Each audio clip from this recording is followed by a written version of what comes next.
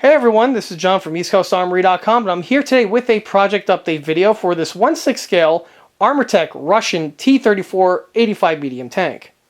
Since the last video update, progress has been made to the tank's side sections where the side tin work has been completed, where the modifications were made, and they have now been permanently attached to the model.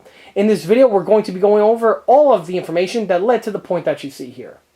Kicking this video off takes us to the bits of equipment that we have here on the table, which, as I mentioned before in the opener of the video, is the components for the tin work. So the Armortek T34 does supply you several bits of equipment to facilitate this detailing, and you'll see what that looks like once I take them out of the packaging. As for the way they are packaged, well, the way you see them here is stock, original from Armortek, and these things have been sealed literally ever since the kits were originally packaged back in 2011 or so. So it's a real treat to always find components in this format, which makes unboxing them for you all to enjoy just a bit more special, I find. The way they are packaged in this, I believe it's not grease paper, but it's some kind of a paper wrapping. I've seen this type of material used on many other Armortek kits that wrap the sheet metal components in the following type format. Also, I've yet to see these components ever in the flesh with my own two eyes. They have been sealed in the packaging here this entire time I've had this build, and obviously before. The way these things have been sealed, the last time they have been exposed to the open air was when they were boxed and bagged up by Armortek back in 2011. So it's always a real treat when I come across something like this and open up for the very first time, and it's also really fun to take you all along with me. So without further ado, let's go ahead and crack these things open. The first thing I'm going to start with are the front mud flaps right over here. Obviously it's both left and right according to the packaging. The tape is basically giving up all its stickiness. So it did a good job for as long as it has. Let's see what we have here. This one here is still pretty tough. A little help from handy dandy box cutter. Alright, so here you can see the sheet metal tin work. Tin work basically more or less does the job. It is missing some bits of detailing, like for instance the biggest would be a rigidity strip found in this section over here. This is something that we generally see often on these type of pieces of equipment from Armortek. Also, one thing that jumps out at me is the way the tin work is. This, or I should say with the way it secures to the front hull on this section, on a large number of T34s out there, there would be a bracket that would be welded to the hull, and then the tin work would be secured to the side section over here with some bolts. However, some very early pattern of T34 76s, specifically I believe the model 1940 variant, may have this type of configuration. Regardless, I'm gonna say this right now, spoiler alert, I'm not gonna be recycling these on this build. Yes, I know, just get it out of your system now while you can. The reason is because the tin work that we have here is more or less something that we would expect to see on a T34 76, not a T34 85. From looking at lots and lots and lots of pictures of these things, both wartime and even just surviving examples, it seems like by the time the T34 85s came out, the tin work was redesigned where the shape was more boxy in its structure. It wasn't curved like this anymore. Also, some had the provisions of a hinge section and the front mud flap can actually flip up. And that's something that's not found on this one here, and it's something I'm not going to be able to incorporate. I may try to chop it up. A buddy of mine was able to do that. He was able to take one of these and start with it and cut it up and work with it. Maybe I'll do that, but we'll see. But for now, I think the idea is to just replace these outright, but we'll see how that pans out. But you see what the kit does supply you with. Okay, the next is the longest span right over here, and as you can see, it is the length of the entire hull section of a T34. Tape is also giving up the ghost on this one.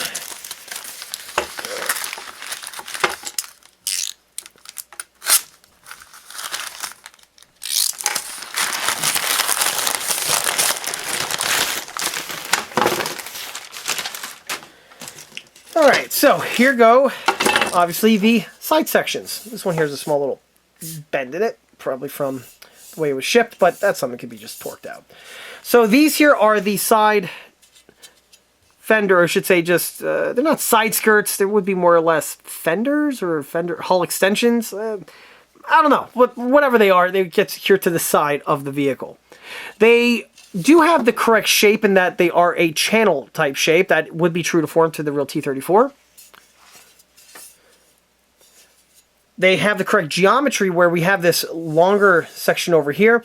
On this one, it's all perforated so that you could secure to the side of the hull with the fasteners. On the real one, these are actually welded to the side, so the fasteners are something I am going to have to contend with in order to blend in and conceal.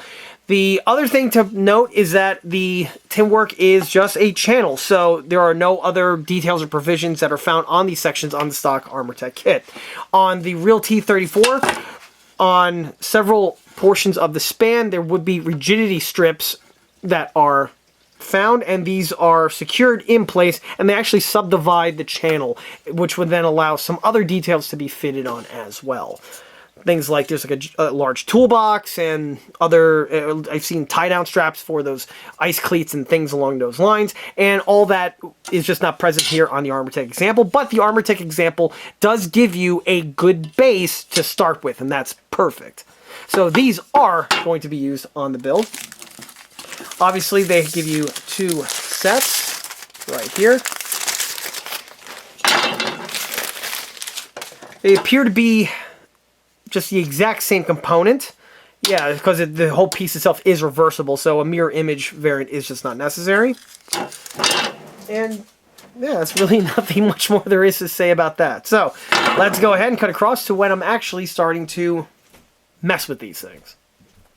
So the very first thing I need to do is to make sure everything is squared away. Like I mentioned before, with the way the pieces were packaged and more than likely with the way everything was boxed up, it appears that there was a bit of equipment, probably a piece of the hull panel or whatever was in this section, and it was pressing down on the sheet metal and it caused a slight bend. It's not uncommon, definitely not unheard of, and it's also really easily fixed, nowhere close to being a deal breaker. This one here I was able to straighten out pretty effortlessly. Hopefully that comes out on camera. And this will definitely do the job just fine. This one, on the other hand, yeah, we're going to need to get that taken care of. Again, something that's definitely not a deal breaker, and I'll go ahead and show you how this is taken care of. To do the straightening, the only thing you need is a bench vise. No fancy fangled bit of equipment, just a bench vise and a little bit of leverage. So currently I have the jaws not fully closed. There's about 1/4 of an inch, slightly longer, wider than 1/4 of an inch gap in this between the jaws over here, and this is perfect. I'm going to go ahead and just slide the metal in, and then I'm going to be able to torque it all the way from the other edges by putting slight amount of force in that direction. That's going to eke out and straighten out the bend. It's a little tricky to get on camera to get the operation, but see if I could go ahead and move the camera again slightly, reposition it, maybe you get a better idea of what I'm referring to. Alright, with the camera readjusted, and you get to see more of my sloppy bench, and yes, I know my bench is a mess, and I will gladly remind you that I'm too busy building instead of cleaning, and as I always say, you show me a guy that has a clean bench, and I'll show you a guy that's not getting any work done, but that's going to open up a bit of controversy and debate in the comment section, I definitely can tell. Back to straightening this piece out. Here you can see, again, where the location is bent. And I'm just going to go ahead, line it up into the vise here, and I'm just going to go ahead and just straighten it out. No tools are necessary. I don't need a hammer. I don't need anything along those lines. I just need the usage of leverage. Can't really see what's going on from my side, but I'm actually looking straight down the center of the vise of the jaw, and I'm able to go ahead and just use that as a gauge to determine which way to bend the metal, either left or right. If you overbend, you just go and bend it in the reverse direction where you need to make the adjustments. And then after a few little torques here or there, the piece essentially just straightens out. Much better than the way we had it before, I would say. Whatever's left will easily be torqued and straightened once the piece gets installed onto the vehicle. But from here, I could just do a little bit more here or there until I'm happy with it. And then at that point there, we could just then cut across to where I'm doing the next bit of alterations and modifications to these pieces here. Before I can start cutting things up and soldering and doing all sorts of cool stuff like that, I need to come up with a battle plan. So to do this, I need to first temporarily secure on the tin work to the side of the vehicle, which you can see I've done at this time, and if I don't say so myself, it actually looks pretty good. The holes line up pretty well, and the parts assemble fairly easily in that regard. And this takes us to the next leg of the rebuild, and it's probably one of the hardest, most difficult parts of not just this component over here, but basically the entire build thus far. And that would be trying to figure out exactly how to properly detail this thing. And this may sound pretty silly or absurd, but trying to find really good reference pictures and information on T34s is actually not as easy as one might surmise. The T34, because it was manufactured by so many different plants for so long, and on top of that, it was in use for so many years by a bunch of different countries, that trying to track down one in original World War II spec is actually not that easily done. There are lots of surviving examples, yes, but many of them have been upgraded in the post-war years, and unless you know what to look for, this is something that can actually cause a detriment to your build. And on this build over here, this is something that I always have to constantly check and recheck and reevaluate, and it's probably part of the reason why it's been taking me as long as it has to fully flesh out this build. But in specifics, for the side tin work over here, there's a lot going on. Even with wartime versions of this tank, there are still lots of different options available for this piece. I just have to pick a path and just go forth on it. So one thing to mention about the T34 tin work, specifically the one on the right hand side, is that this was used for storage of extra equipment. This would be things like there would be a large toolbox stored in this section over here, and in the midsection here, there would be provisions for mounting and securing on the ice cleats, and we have a bunch of segmented shelves in order to do that. On top of that, there are also rigidity ribs that need to be added as well. When it comes to the T34, the tin work, as I mentioned before, on the real unit is actually just stamped out of thin gauge sheet steel and then just welded to the side of the vehicle. That's how the installation is done.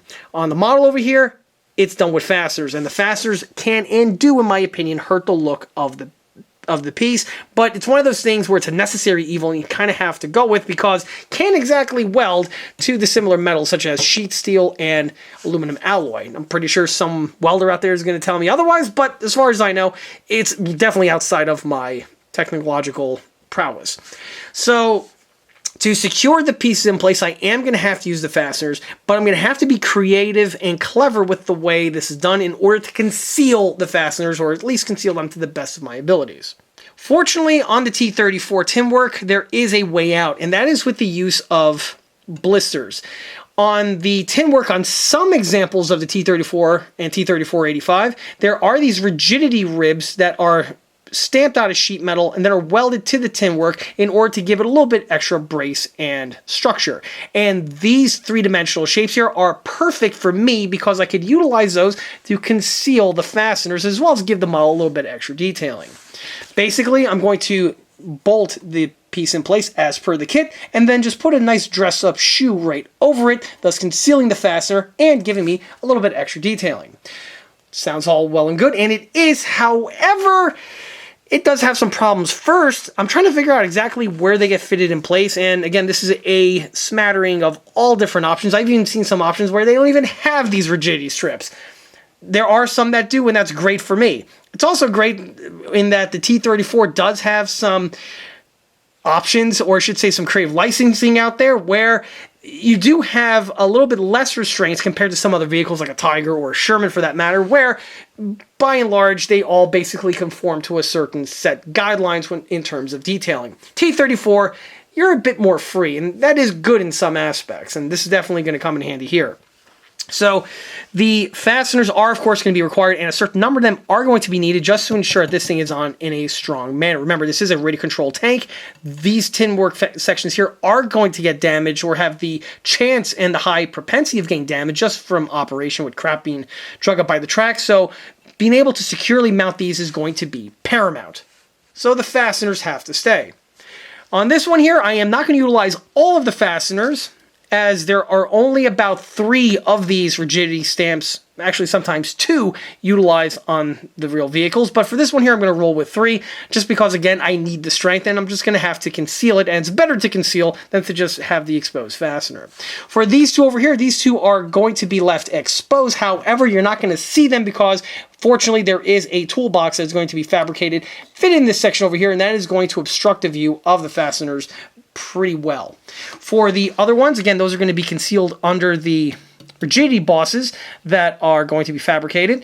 As for the others, they're not going to be utilized, and so their locations are going to be deleted with the use of some solder and some sanding. For the sections over here, for the ice cleats that I mentioned before, there are these bulkheads that are going to be fabricated and fitted in place. They were subdivided on the real ones with the use of some steel strip on the real unit. For this one here, I'm going to utilize brass. I'm going to cut the pieces to shape and solder them in place. That should give for a nice strong bond and will actually yield for some good detail accuracy. There are also some tie-down straps that need to be fabricated as well. Pretty easy for me. Child's play, I could just bend those out of brass, solder them, just like the other components. The other fittings to mention on the side is there are some tow cable clamps. This is something I am going to fabricate, but this is going to be done after the bulk of the main tin work is figured out, and then I could just go ahead and add the remaining bits. On the side hull over here, there are also some details. We have some other sections, or I should say the corresponding locations for the ice cleat straps. This is something that I do have to fabricate along with a bunch of handles, and there even I've seen some examples with tools. Tools, again, I've seen examples with tools, without tools. Most of the ones with the tools seem to be, in my opinion, post-war upgrades, because generally the ones I've seen with the tools over here also have a IR light. That is definitely not something from World War II, and that is definitely something from the post-war years. Again, you have to carefully sift out what's post-war and what is World War II. It's a little bit trickier done on a T34 than it is on a Sherman, but again, that's part of the charm of working on one of these. But with that out of the way, I think I have everything I need to get this tin work out of the way. Oh, one other thing to mention, I did make a slight adjustment to the front and rear section here of the tin. Because of the extra sections of detailing that I mentioned in the previous video, I did have to make some clearance, so a quick little hack with a Dremel, and that made short work of it. I'm going to be doing the exact same modification to the one on the opposite side. One on the opposite side is going to be receiving similar modifications with the bosses. However, that side does not get the ice cleat sections that this side does have. Instead, it has some other provisions that you'll see as the video goes on. But this one here is really the important one, and I think I have a good plan on exactly how to execute this. So without further ado, I'm going to go ahead, undo the fasteners, and get this thing in the shop where I can start making parts.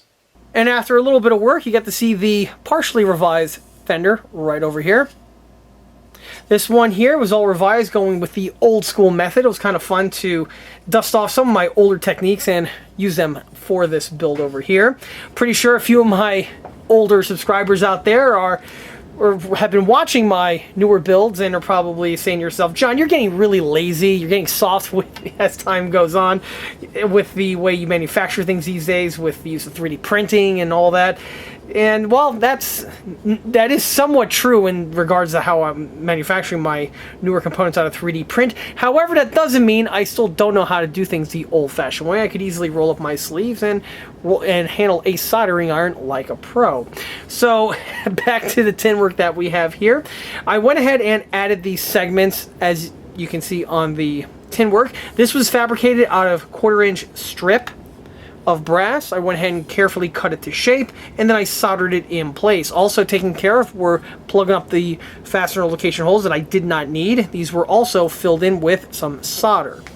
Once the solder was set, I then went ahead and polished it down with a Dremel, then some sandpaper, just to make sure it was as smooth as you can see it here. For the holes, this was plugged up with a blowtorch. For the actual strips themselves, this was done with a soldering iron. Once the metal heats up, I could then go ahead and let the solder flow exactly where I want it.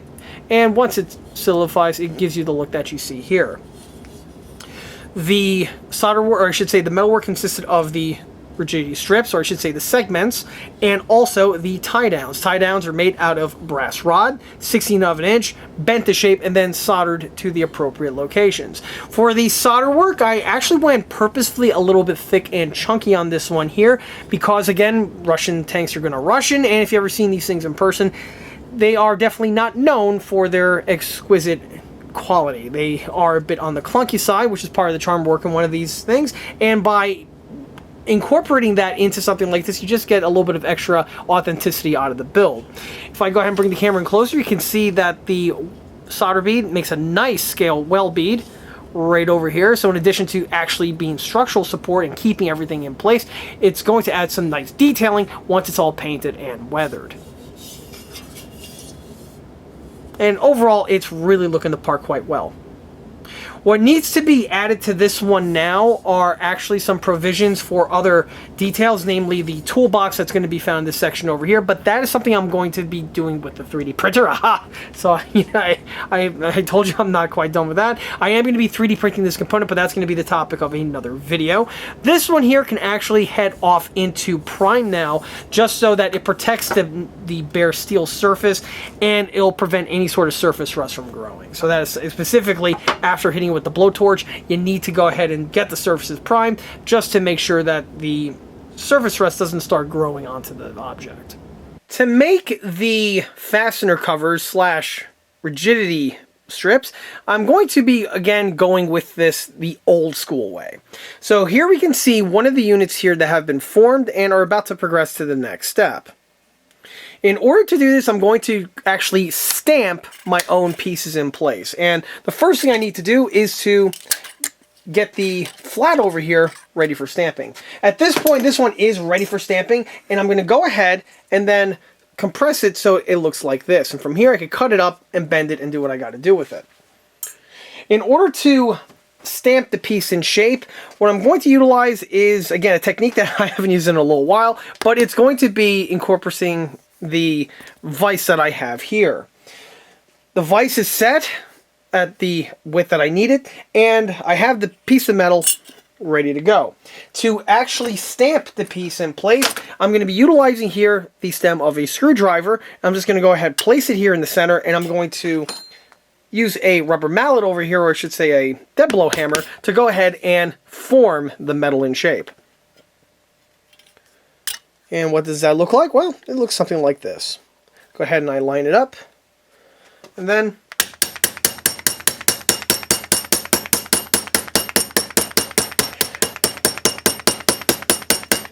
this is, by the way, the archaic way of doing it. There are presses that you could buy out there on Amazon or Harbor Freight that will be able to form and bend metal similar to this. However, if you are not going to do a whole lot of metal work, or if it's just a one-time thing, you don't really have to buy a piece of equipment for that. You can just go ahead and just work with the tooling that you have.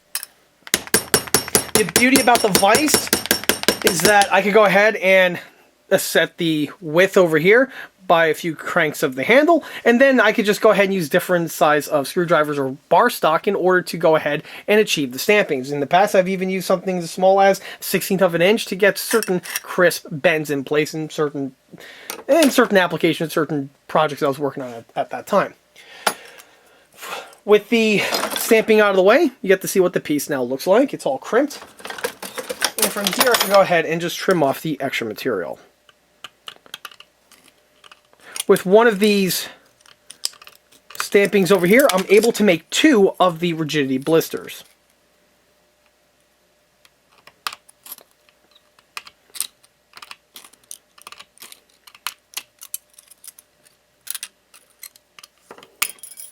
And there we go. The piece is now cut to shape. The next thing I'm going to do is I need to then cut it and bend it into this format. So I use the side section here of the tin work as a gauge, and I basically mark with a Sharpie, and then I make my incision. The incision's made with a Dremel with a cutting stone, and then I could just simply bend it up.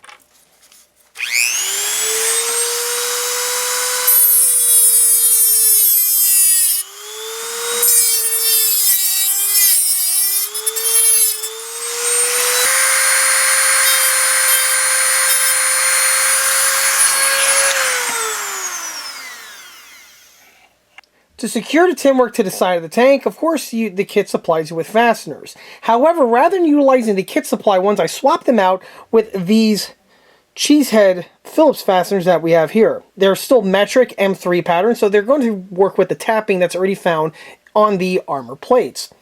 The reason why I went with these is because with these fasteners over here, I could slim down the head portion so that they are much lower in profile and will allow it to be covered up with the stamped metal component that I mentioned and fabricated earlier.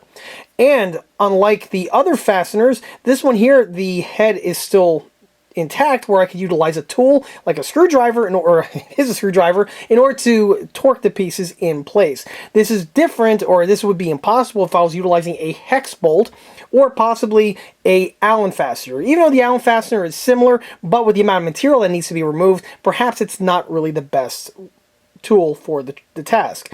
This one here, it's going to do the job much better. Here you can see what the fastener looks like stock, or I should say standard, and I'll go ahead and show one of the ones that have been modified. So here you can see that the profile has been turned down. The front face is completely intact, so it's not going to lead any problems when it comes time for installation with the tool. And if I compare it with the original, you can see just how much material was removed. In order to do this procedure, I utilize the lathe, and I also utilize a Dremel with a cutting stone. As for how this is done, let me go ahead, throw this one onto the chuck, and I'll show the procedure in real time. The fastener is in the chuck. It's not all the way flush to the jaws because I need that little bit of space there to better help with manipulation of the tool. The tool itself, I'm going to utilize a Dremel with a cutting stone over here. And I'm just going to remove the area here on the top portion, and because it's spinning, it's going to evenly remove the material throughout. Once I hit a certain point, the procedure is done, and I could move on to the next fastener and needs the same job.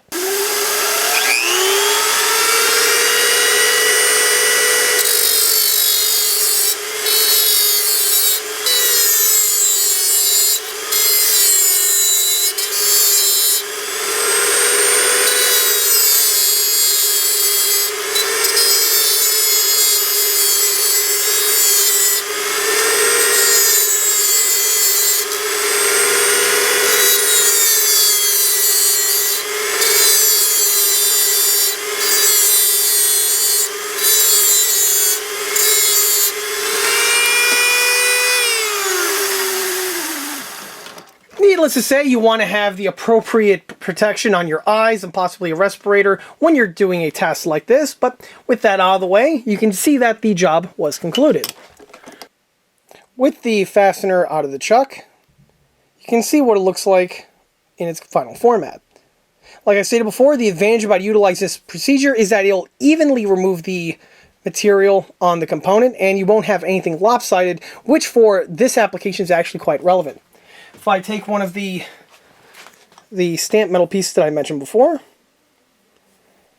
and position it right here, you can see how it fits in absolutely perfectly. And if the piece was off center or off shape, it's going to inhibit the component when it comes time for installing it in place. Before I can go ahead and actually get the tin work fitted in place, I needed to give the side of the hull a good shot of primer. With the primer coat added, you can see that the fastener locations have been thoroughly blended away. And also it just feels good to get some primer on the surface over here, as once the tin work gets fitted in place, this area is no longer going to be accessible to get some layers of paint. The primer wasn't just added to the one side, of course, it was added to the opposite side, the rear plate, along with the frontal armor section, for basically the same reasons. And after a few turns with a screwdriver later, the tin work is permanently attached in place. Red Loctite, of course, is utilized for this, just to make sure that the bolts don't loosen out as the vehicle eventually gets driven. There's still some other detailing to add, of course, like the toolbox, as well as also those sheet metal stamped covers that I mentioned before. And then, of course, there's going to be some weld beads that are going to be sculpted as well. But so far, it's looking really, really good. On the opposite side, I need to install the tin work, so I'll go ahead and take care of that off camera, and then we'll get back to when that's already been completed. Once the rigidity strips are fitted in place, the tin work is complete, or I should say the side tin work is complete. I still need to turn my attention to the ones on the rear and front, but that'll be the topic of the next video. On the side sections, you can see that with the pieces fitted in place, they do a fantastic job with covering up the fasteners, and it makes for a much seamless appearance, and it also adds for some extra added detailing. Either way, it's definitely a net positive. Unfortunately, I didn't get any of the installation of these sections on camera. However, the installation was really nothing that was that fancy. The installation was including just dropping these components in place, and then with a soldering iron, I went ahead and melted some solder into the top portion that went around the mounting fastener and then helped secure this unit in place. Those large cavities that were on the sides were plugged up with a little bead of solder on each side section, and then with a Dremel with a micro router bit, I simply carved the excess material to the shape that we have here. I may go ahead and hit it with a little bit of sandpaper just to smooth it out a little bit more from this point here, but more or less what you see is basically the end result. I'm not too focused on making sure the pieces are perfectly clean and precise, because again, this is a T34 and there is some crudeness that goes into building one of these vehicles, and it adds to the charm of the vehicle overall. Some other vehicles out there, no, absolutely not. But on a T34, yeah, it's okay to have a little bit of crudeness to the build. It again adds to the accuracy. Even though with these sections fitted in place, it more or less makes for a seamless appearance. All of the filings that were remaining from the Dremel process were cleaned away with the compressed air, and then I went ahead and wiped the areas down with a rag with some paint thinner on it just to get rid of any sort of residue from the soldering flux. But you can see just how much better it looks with this type of method compared to just having all the exposed fasteners. As for the two exposed ones on the rear, again, these are not really going to be visible because there's a giant toolbox that's going to be fit in this section over here, and that should do a fantastic job with obstructing the view of those fasteners. Then once paint and weathering goes on, yeah, it'll just blend in with the remainder of the model's detailing. The last thing that does need to be added to finish off the side sections are some epoxy weld sculpt, which will be done after the filming of this video. On the reverse side, it's basically the same type of situation, only the detailing is much more sparse in combination to what we saw on the opposite side. But you get to see the same type of mounting procedure that was utilized with the cover-up straps. As for the two that are not covered up, these two are again going to be obstructed with some other bit of equipment. On this side here, there's another large toolbox found in this section, fastened to the strip. And there's, I'm pretty sure, something back here that will also help with the obstructing the view. With the tin work fitted to the sides, the vehicle's now really starting to flesh out sideways, and it's going to look more proper and what we come to think of when we think of a T34. As I mentioned before, there's a bunch more details that need to be added to the rear section over here, and I actually do have quite a number of the 3D printed upgrade details that are going to flesh this area out, already completed in print, and also I have a few of these components on hand. And with that, that wraps up this project update video for this 1/6 scale radio-controlled Armortek T34 85 Russian medium tank. If you like this video, be sure to subscribe to this channel, where it's a great way to keep up to date on new posted content, being 1/6 scale project update videos like this one here, or the other smaller scale model showcase videos that frequently get posted to this channel. Another way to keep in the loop of new posted content is by liking us on Facebook. There, I have more photographs of this particular build that have been posted since the project start, along with photographs of the other smaller and larger scale builds that have been seen on this channel. Furthermore, don't forget to swing by eastcoastarmory.com for more 1/6 and 1/16 scale builds and detail components. Thanks again, I'll be seeing you all again on the next one. Till then.